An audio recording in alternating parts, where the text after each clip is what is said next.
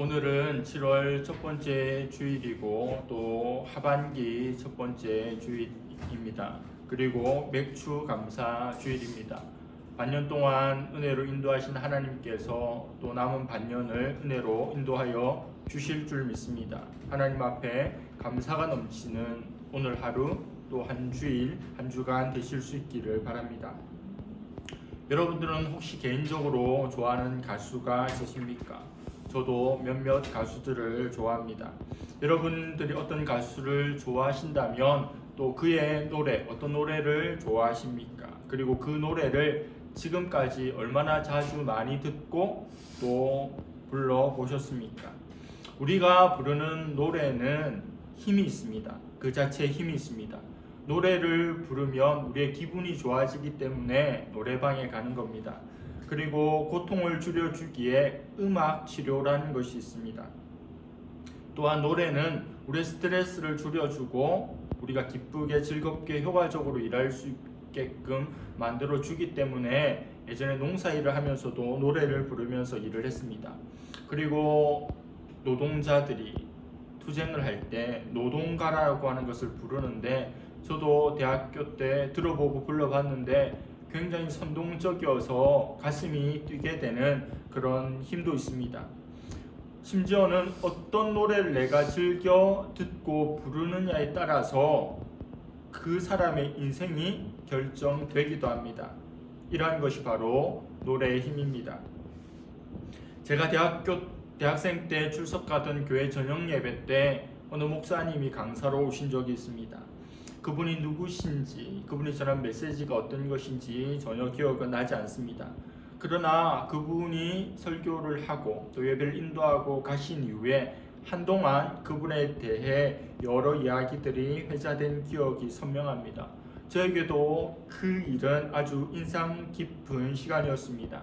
그 목사님께서는 설교를 하실 때 어떤 말씀을 하셨는가 하니 대중 가수들이 자신이 부른 노래의 가사대로 살고 그 가사대로 죽었다는 것을 증명하셨습니다. 모든 성도들은 두 가지 점에서 크게 놀랐습니다. 첫 번째는 자기가 부른 노래대로 살고 죽었던 이들이 많은 것으로 인해서 놀랬고, 두 번째는 그 목사님이 그렇게 예를 들고는 친히 본인이 그 가요들을 그 강대상에서 설교단에서 다 부르셨다는 점입니다. 그 당시에 들었던 예들이 다 생각나진 않지만 자기가 부른 노래대로 살고 죽은 이들의 예를 몇 가지 들어보겠습니다. 죽음을 찬미한 사회 찬미라고 하는 노래를 불렀던 윤심덕은 그의 비관적이던 노래처럼 현해탄에 스스로 몸을 던져 자살했습니다. 홍콩의 배우이자 가수인 장국영은 자신이 부른 허무한 노래처럼 자살하고 말았습니다.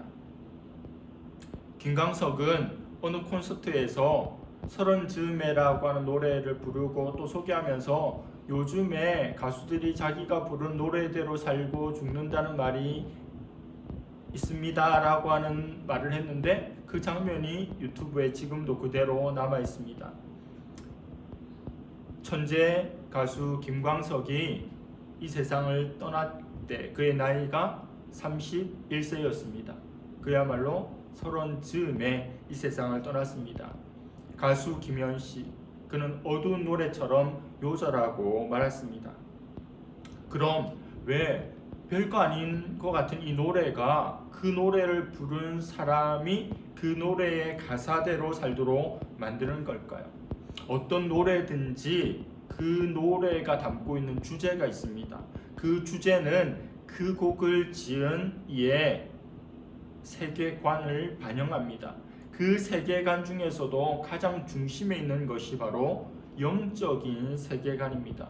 내가 어떤 영적인 세계관을 가지고 어떤 가치관을 가지고 만든 곡인가 하는 것이 그것을 즐겨 듣고 부르는 사람의 삶을 결정짓는 경우도 있다는 겁니다.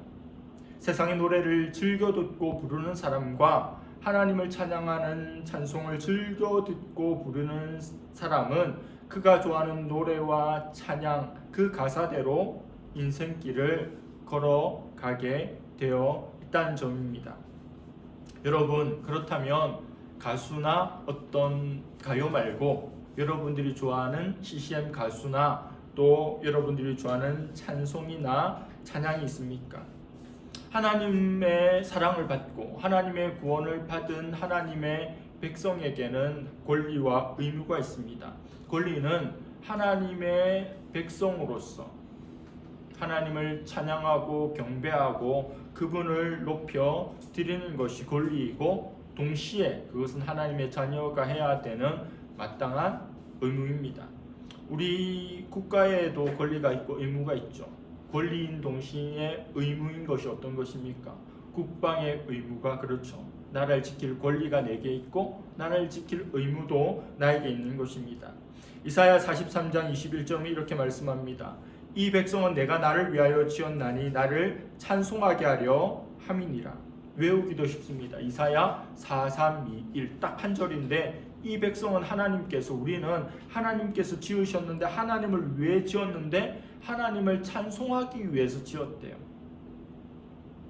성경 66권 1189장에 나오는 수많은 말씀 가운데 우리 인생의 사용 설명서인 말씀이 바로 이사야 43장 21절입니다. 우리는 이렇게 쓰여져야 합니다. 나를 위해서가 아니라 하나님을 위해서. 그리고 그 하나님을 위한다고 하는 것은 나를 통해서 하나님께 찬송을 올려드리는 존재가 되어야 한다는 겁니다. 우리가 하나님을 찬양하는 것, 찬송하는 것이 우리의 존재의 목적입니다. 존재의 목적을 다한 이는 필요가 없습니다. 의미가 없습니다. 아니, 이런 의도로 만들어졌고 이런 의도로 하나님께서 존재하게 하셨는데 그 일을 이루지 못한다면 하나님 마음이 얼마나 아프겠습니까? 하나님은 우리를 통해서 찬양받기를, 영광받기를 원하십니다. 우리가 믿음의 표준으로 삼고 있는 웨스트민스터 대요리 문답 1문은 이렇게 묻고 답합니다. 사람의 첫째 되고 가장 높은 목적은 무엇입니까? 하나님을 영화롭게 하고 영원토록 그를 온전히 즐거워하는 것입니다. 우리의 인생의 목적, 그것이 뭐죠? 하나님을 영화롭게 하는 것, 하나님께 영광 돌리는 게 우리의 목적입니다. 그것을 위해 존재합니다. 세례받을 때, 입교할 때 제일 중요한 질문이 너 왜 살아? 너의 목적이 뭐냐? 근데 하나님을 영화롭게 하는 겁니다. 그렇게 대답해야 합니다. 또 그렇게 살아야 합니다. 근데 그것이 우리에게 속박이 되고 짐이 되고 피곤함이 되고 괴로움이 되고 억지로 되는 것을 하나님 원하지 않고 이 교리에서도 그걸 가르치지 않습니다. 하나님을 영화롭게 해야 하는데, 그리고 그분을 즐거워하는 것, 그것이 너무 즐거운 삶을 사는 것이 우리 인생이라는 겁니다. 예배를 가지고 이야기하자면 하나님 앞에 예배 드리는 것이 우리의 존재 목적입니다. 우리 일주일의 수많은 시간 가운데 이 한 시간 예배 드리는 시간이 우리 삶의 정점에 있어야 합니다.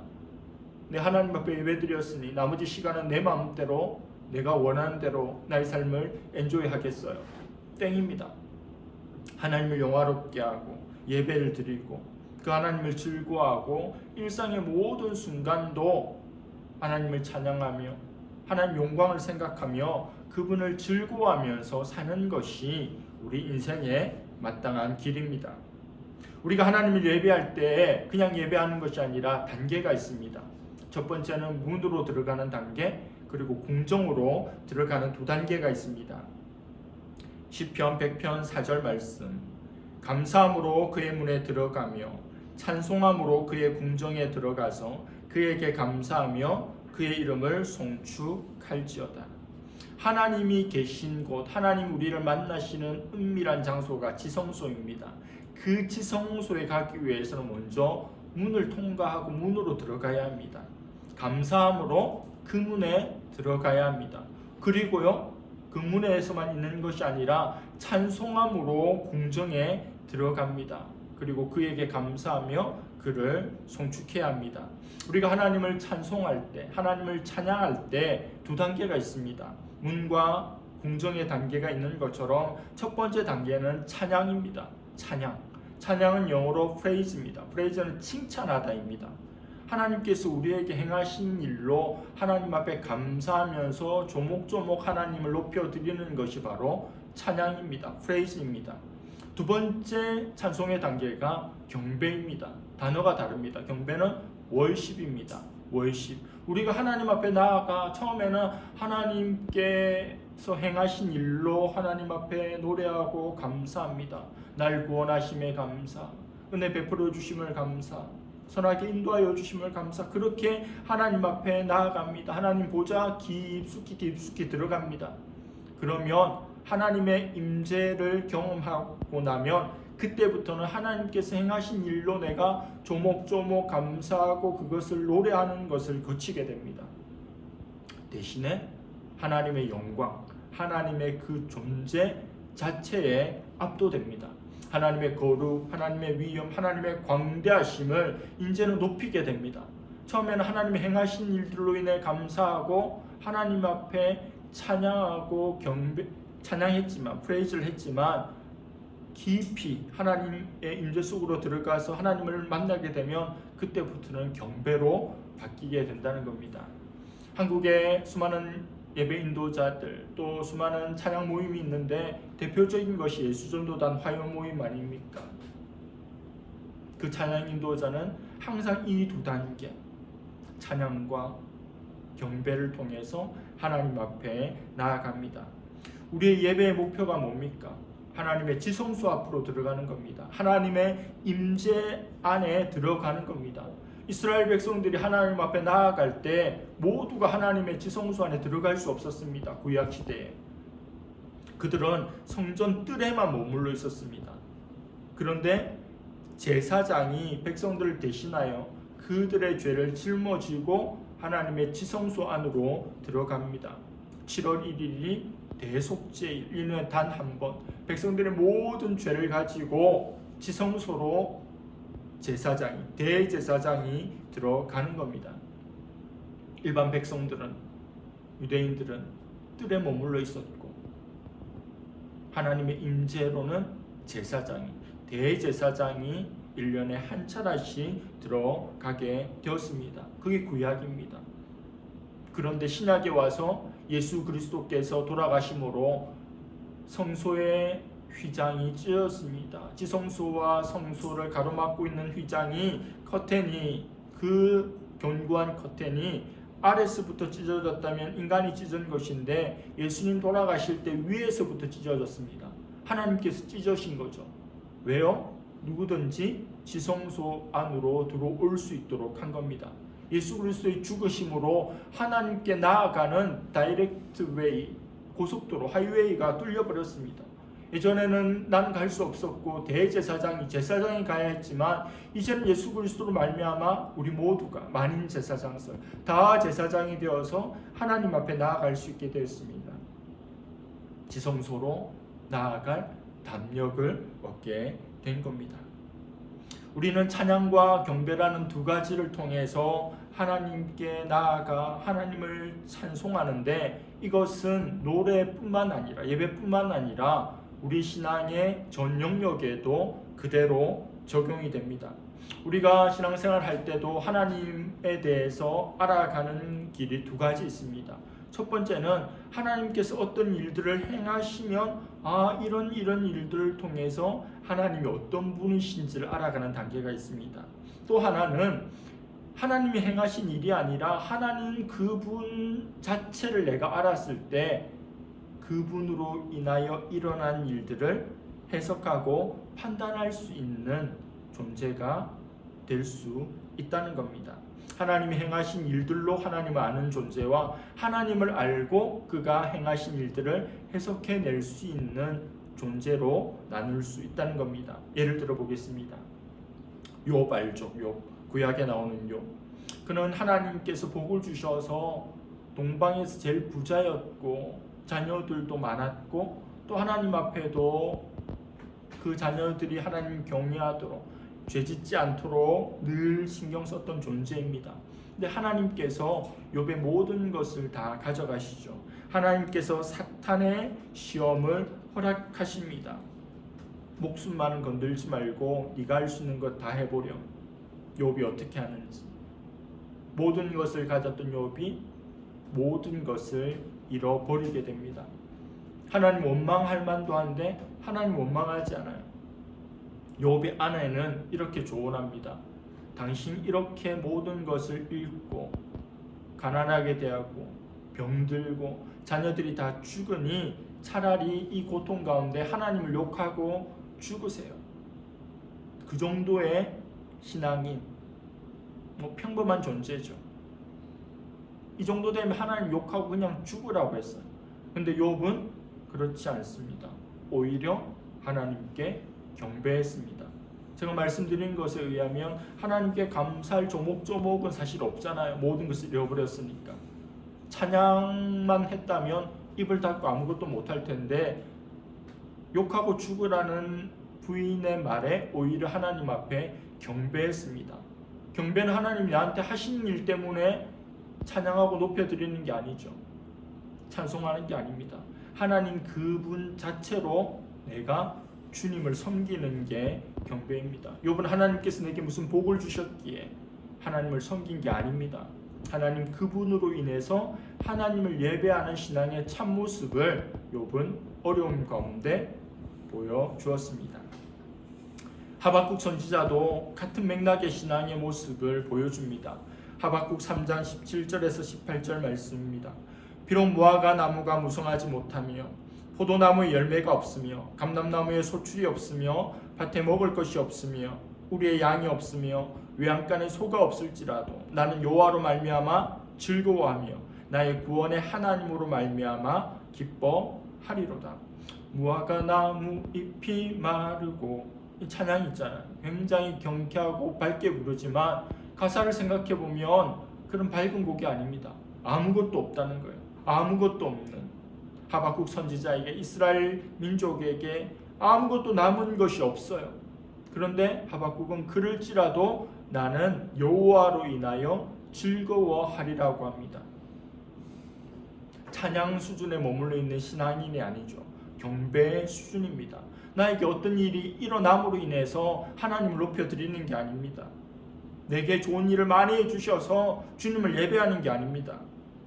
그냥 주님이 살아계시기에, 하나님이 하나님이시기에 내 삶에 응답이 없고 혼란과 궁핍이 있고 나의 모든 것이 빼앗기는 일이 있다 할지라도 나는 여호와로 인하여 즐거워한다고 고백하는 하박국의 고백이 우리의 고백이 될 수 있기를 바랍니다.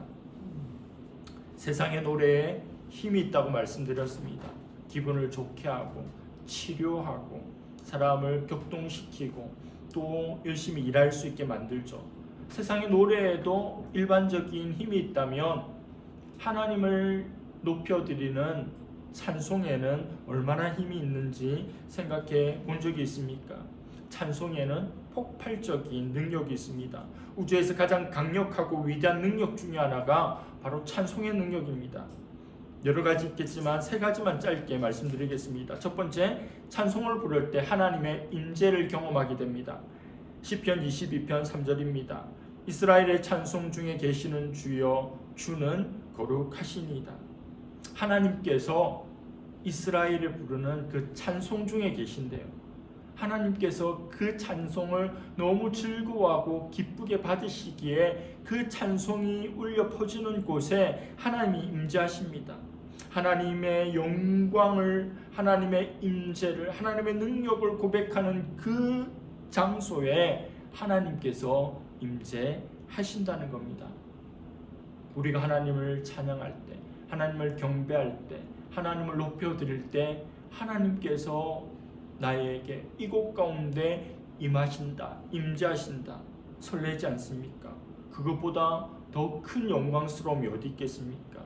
우리 피조물 가운데 부족한 입술로 하나님 앞에 나아갈 때 하나님께서 찾아와 주시는 은혜가 있다는 겁니다. 두 번째는 찬송을 부를 때 치유가 일어납니다. 이 노래라고 하는 것, 일반 은총적인 차원에서도 사람을 치유하잖아요. 사울이 정신병에 걸려서 마귀에게 사로잡혔을 때 다윗이 수금을 연주하자 마귀에게서 노임받는 일이 있었죠. 정신적인 일이기도 하고 영적인 일이기도 합니다. 찬송을 부르면 우리는 육신적, 정신적, 영적인 질병과 묶임에서 풀려난 역사를 경험하게 됩니다. 찬송을 부를 때 우리는 자유케 되는 능력을 경험합니다. 고난 가운데 있을 때, 절망 가운데 있을 때 하나님을 찬양하면 그 어두움의 무덤을 뚫고 나아갈 수 있습니다. 우리가 형언할 수 없는 고통에 빠질 그때가 찬양할 때입니다. 이 모든 고통에서 해방시키는 찬양의 위대한 능력을 경험할 수 있기를 바랍니다. 세 번째는 찬송은 원수 사탄의 모든 능력을 깨뜨리는 강력한 무기가 됩니다. 우리가 찬양을 부를 때, 찬송을 할 때 하나님의 능력이 우리에게 임합니다. 우리가 승리할 수 있죠. 우리가 찬양하기 시작하면 하나님의 군대가 움직이기 시작하고 어두운 세력은 힘을 잃게 됩니다. 찬송은 마귀가 가장 두려워하는 무기 중에 하나입니다. 종교개혁자 루터는 찬양이란 마귀를 쫓는 최고의 수단이라고 이야기했습니다. 저는 예수님 전혀 믿지 않는 가정에서 어린 시절 중학교 때 처음으로 교회 가서 신앙생활을 하게 됐습니다. 요즘에는 그렇지 않지만 처음 신앙생활하던 중학교, 고등학교 때 신앙생활 열심히 했죠. 밤에 자면 꿈에 그렇게 귀신 꿈을 많이 꾸었습니다. 꿈에 귀신 꿈을 꾸면 교회에서 배운 대로 예수 그리스도 이름으로 대적하고 또 꿈에서 무의식의 세계에서도 찬송을 부르면 어찌된 영문인지 꿈에서도 악한 영들이 떠나가는 그런 경험을 많이 했습니다. 그런 것들 많이 경험하고 나니까 더 이상 악한 것들이 꿈에 나타나지 않습니다. 우리가 부흥 집회 같은 거 할 때에도 찬양을 부르면 하나님의 능력이 임하게 되고 하나님 역사가 있는 곳은 또 마귀의 권세들이 떠나가게 됩니다. 때로는 공격하고 미혹하기도 하지만 마귀는 결코 하나님을 이길 수 없습니다. 특별히 보혈 찬송, 예수 그리스도의 보혈 찬송을 주장창 불러대면 영적인 승리를 경험하게 됩니다. 우리가 하나님을 찬양하면 빛이신 하나님이 임합니다. 그러면 어둠은요 물러갑니다. 어거스틴은 이 세상에는 어둠은 없다고 했어요. 빛이 없는 게 어둠인 거죠. 빛이 있고 어둠이 있는 게 아니라 하나님의 빛, 하나님 만드신 빛밖에 없는데 빛이 있으면 환하고 빛이 부재하면 그곳이 어둠이라는 것입니다. 지옥이 왜 지옥일까요? 하나님이 계신 곳이 천국인데 하나님이 계시지 않은 곳이 그냥 지옥이 되는 겁니다. 찬송의 능력은 참으로 대단합니다. 제가 말씀드린 것 말고도 찬송의 능력은 무한히 많지만 몇 가지만 말씀드렸습니다. 여러분, 그런데 이 찬송의 능력은 어디에 근거가 있을까요? 찬송의 능력은 어디에 있는 걸까요? 세상의 노래도 노래 그 자체가 아니라 그 노래 내면에 흐르는 세계관, 영적인 세계관 때문에 그 노래가 영향력을 끼친다고 했던 것처럼 찬송도 이 노래도 그냥 그 멜로디 자체에 능력이 있는 게 아니에요.